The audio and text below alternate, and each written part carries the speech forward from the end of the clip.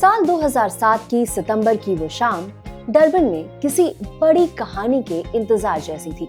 Kingsmead के बाहर हवा में हल्की नमी थी और अंदर स्टैंड्स में लोग पूरे जोश के साथ अपनी टीम को चीयर करने के लिए तैयार बैठे थे। साउथ अफ्रीका की टीम पूरे टूर्नामेंट में बेजोड़ रही थी, अपराजित, आत्मविश्वासी और घर की पिच पर बेहद मजबूत। दूसरी तरफ भारत था, जिसने हालांकि टूर्नामेंट में कुछ उतार चढ़ाव देखे, लेकिन फिर भी एक फॉर्मिडेबल यूनिट नजर आ रहा था।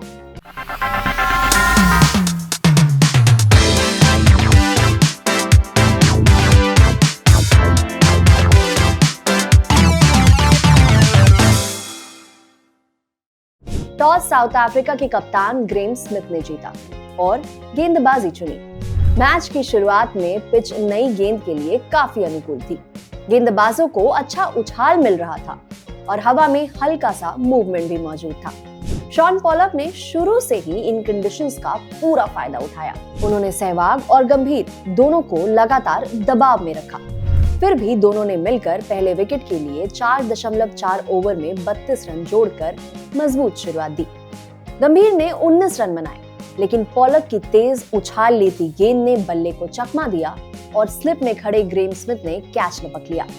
दिनेश कार्तिक बिना खाता खोले पॉलक के शिकार बने। फिर एंटीनी की बाहर जाती गेंद सहवाग के बल्ले का किनारा लेकर बाउचर के दस्ताने में समा गई और वो 11 रन के स्कोर पर आउट हो गए, यानी 4 बॉल पर 3 विकेट। रॉबिन उथप्पा की शुरुआत अच्छी रही, लेकिन मॉर्ने मॉकल की उछाल वाली गेंद पर उन्होंने बस बल्ला अड़ा दिया। ऐसे में स्मिथ को कैच का एक और मौका मिला और उन्होंने उसे आसानी से लपक लिया।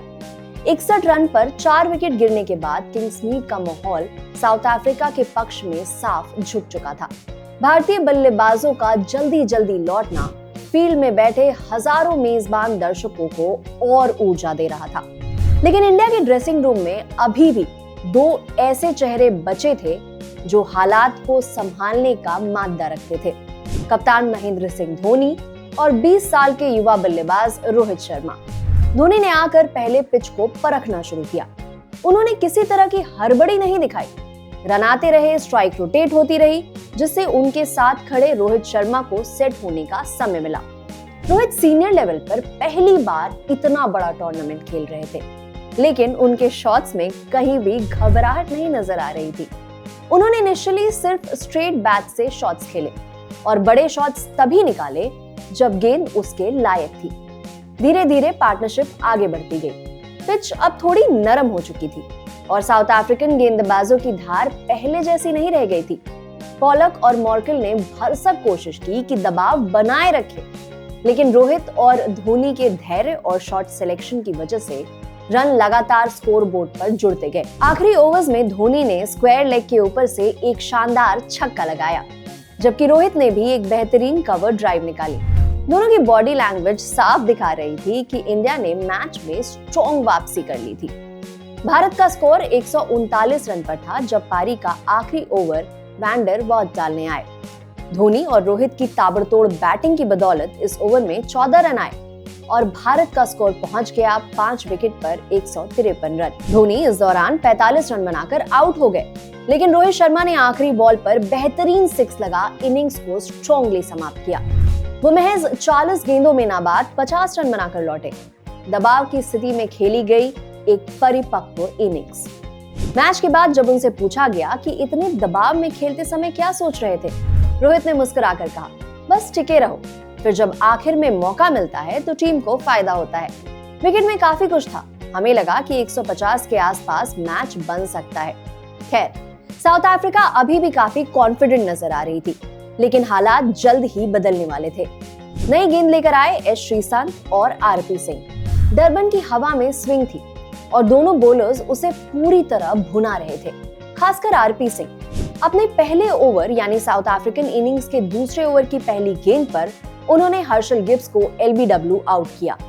गेंद हल्की सी अंदर आई और अंपायर की उंगली ऊपर। उसी ओवर की चौथी गेंद एक बेहतरीन आउट स्विंगर ग्रेम स्मिथ ने ना चाहते भी अपना बल्ला अड़ा दिया। गेंद उनके बल्ले का किनारा लेकर सीधे स्लिप की तरफ गई और वहां खड़े दिनेश कार्तिक ने हवा में फुल लेंथ डाइव लगाकर एक शानदार कैच लपक लिया। यह किसी भी फील्डर के लिए एक ड्रीम कैच जैसा था, एक ऐसा मोमेंट जिसके हाइलाइट्स आज भी देखे जाते हैं। फिर साउथ अफ्रीका को एबी डिविलियर्स के रूप में एक और तगड़ा झटका लगा। श्रीसंत की गेंद पर उन्हें एलबीडब्ल्यू दिया गया। स्कोर 12 पर 3 विकेट।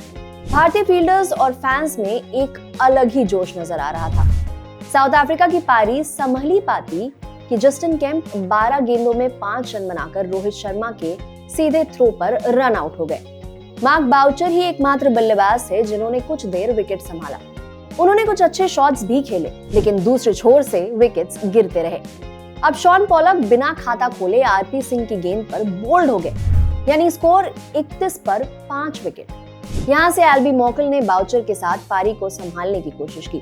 दोनों के बीच 69 रनों की महत्वपूर्ण पार्टनरशिप हुई। लगने लगा था कि साउथ अफ्रीका टारगेट तक इवेंचुअली पहुंच ही जाएगी, लेकिन 17वें ओवर में मार्क बाउचर श्रीसंत की तेज गेंद पर चकमा खा गए और उनके स्टंप्स बिखर गए। हरभजन सिंह ने वर्नोन फिलैंडर और योहान वैन देर वाट को अपनी स्पिन से चलता किया और एल्बी मॉकल भी 36 रन बनाकर आउट हो गए।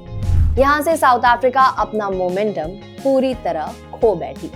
साउथ अफ्रीका की पूरी टीम 20 ओवर्स में 9 विकेट पर केवल 116 रन ही बना पाई।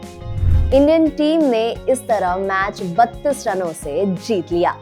इस इकलौती हार पर ही मेजबान टीम सेमीफाइनल्स की रेस से बाहर हो गई। किंग्समीड के स्पेक्टेटर्स मैच खत्म होने के बाद भी कुछ देर तक खड़े रहे।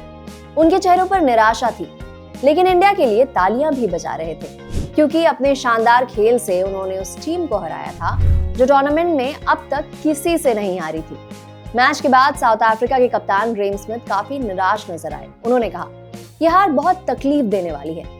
हमने टूर्नामेंट में काफी अच्छा क्रिकेट खेला है और ये सोचना कि हमने सिर्फ एक मैच हारा और फिर भी बाहर हो गए, ये वाकई बहुत दुखद है। जब उनसे पूछा गया कि गलती कहाँ हुई तो स्मिथ बोले, आखिर में इंडिया ने बहुत अच्छी बल्लेबाजी की और स्कोर 150 तक ले गए और हम लगातार विकेट्स खोते रहे। ऊपर से पिच पर थोड़ी घास थी, तो 150 का पीछा करना वैसे भी मुश्किल था।